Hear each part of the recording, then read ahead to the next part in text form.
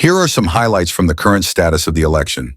Harris and Donald Trump have spent the final hours of the US election campaign blitzing through battleground states. Already the first township has reported results declaring a tie. And if that's an indication of what's to come, it's set to be a tight race. At the time of writing this, Kamala is trailing Trump by 33 electoral votes. Trump is ahead by almost 2 million votes in Pennsylvania. And if he secures Pennsylvania, he's secured the presidency. Welcome the next president of these United States, Kamala Harris! At the famous Rocky Stairs, a tribute to those who start as the underdog and climb to victory.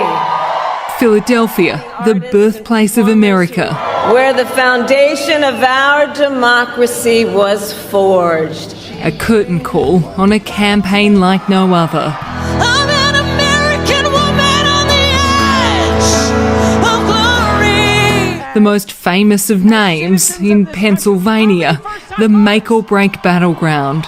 We are voting for healing over hate. If we win Pennsylvania, we win the whole ball of wax. It's over.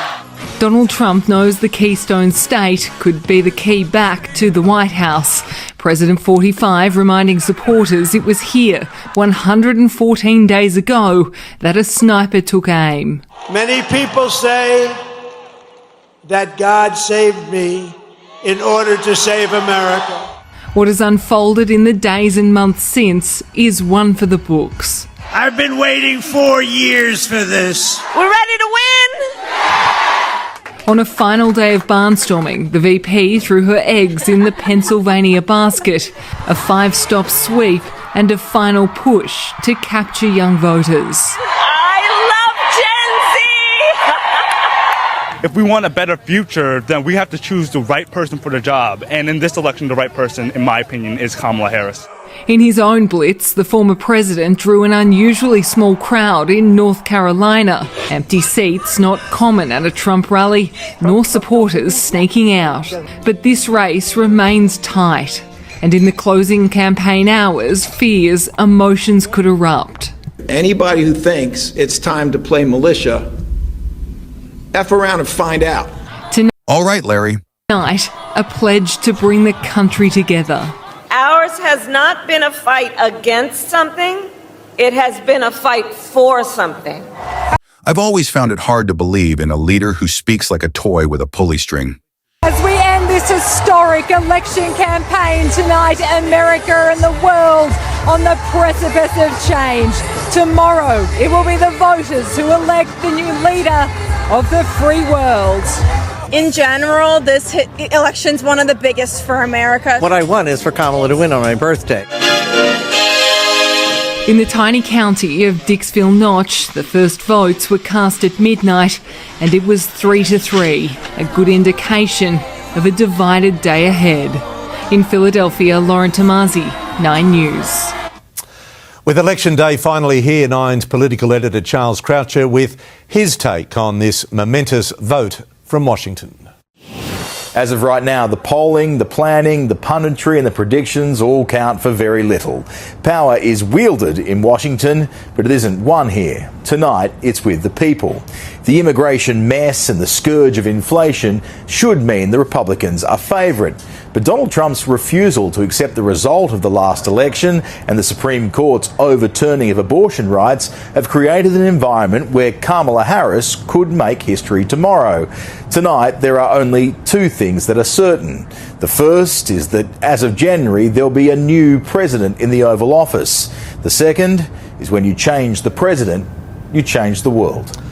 Checking these numbers hour to hour, Trump has dominated this entire election. James, since we've spoken, North Carolina has been called. Those that you were with must have been very pleased, and it looks like that's where the overall election is heading as well, in the direction of Donald Trump.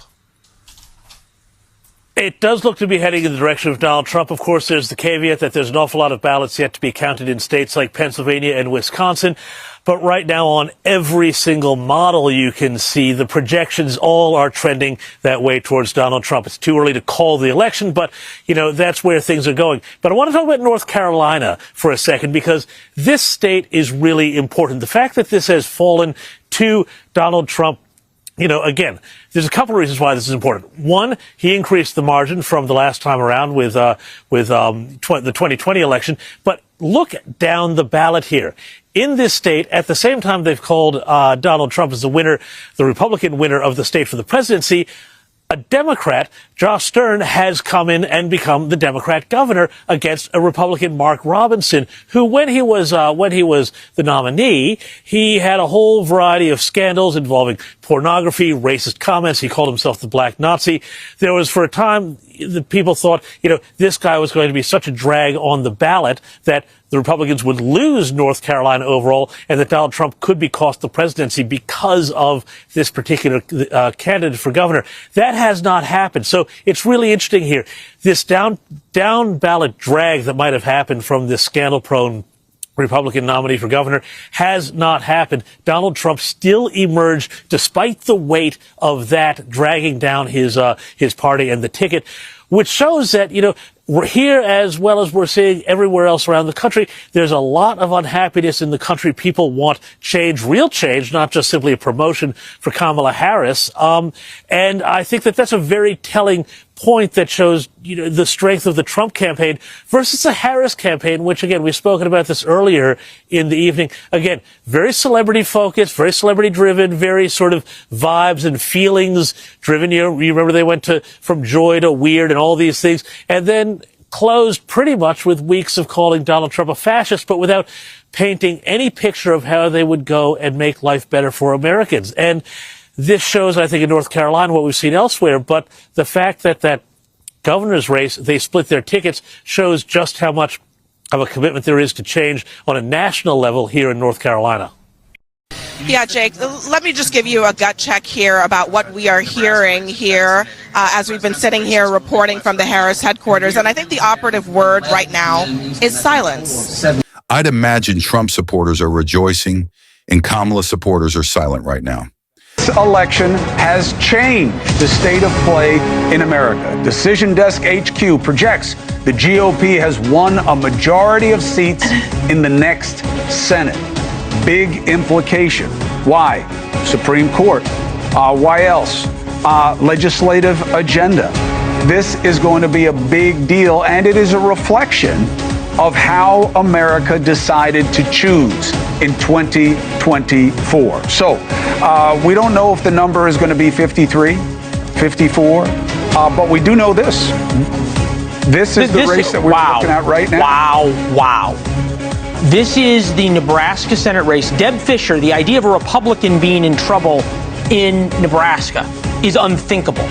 And Deb Fischer, the longtime incumbent senator, this was a boring race, had a challenger, Dan Osborne, who ran as an independent and got this close. This is stunning. Now, and if you want to think about a repudiation of the establishment, there you go. That's it. So, and look, the people can dicker with this all they want later on, but being an independent made a difference for Osborne. It resonated, and he had no business being close, but it shows the appetite that people have for something better than left versus right, something that approaches reasonable. So we see right now it's 51 plus for the Republicans. We'll see how it looks. But we also saw in Ohio, Sherrod Brown, longtime Democrat, losing in an insurgent race there. And that is the story of the night.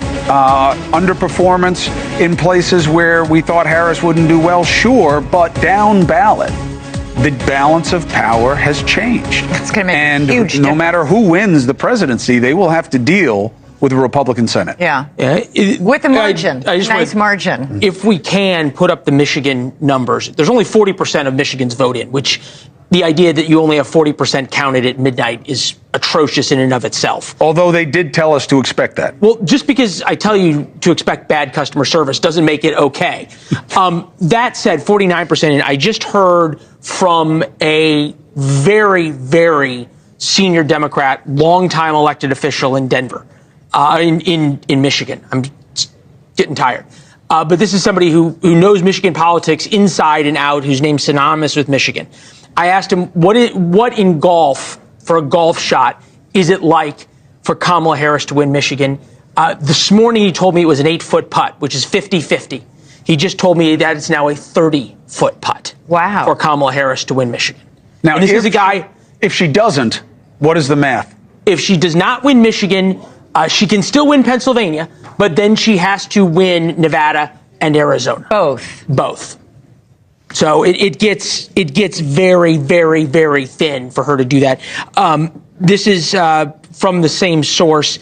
It's tough. Michigan looks more doable than Pennsylvania. And if Kamala Harris loses Pennsylvania, Donald Trump's at 270. We all go home. Steyerwalt's with us.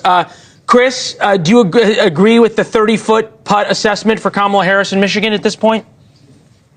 Oh, I would on a 30-foot putt. You'd have to give it to me. I wouldn't even try. Actually, you know what I'd do if I was playing golf with you? I'd say just give me 2 from here, and we'll call it good.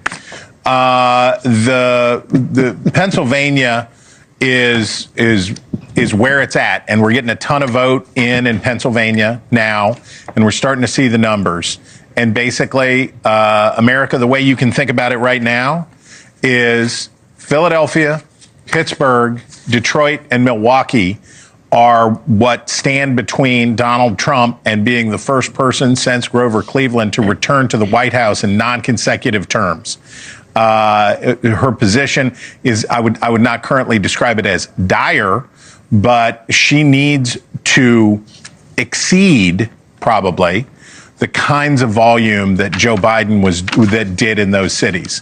And so this remains a very nerve-wracking moment for Democrats, because when we look at Philadelphia County, when we look at Allegheny County, when we look at Wayne County, when we look at Milwaukee County, we don't know. We can't know the answer yet, but that is exactly what it is. And every minute that goes by, you're getting more vote in, you're counting more vote, and we get closer and closer to the answer. So this looks to be a very eventful time of our evening. Like, comment, and subscribe for more.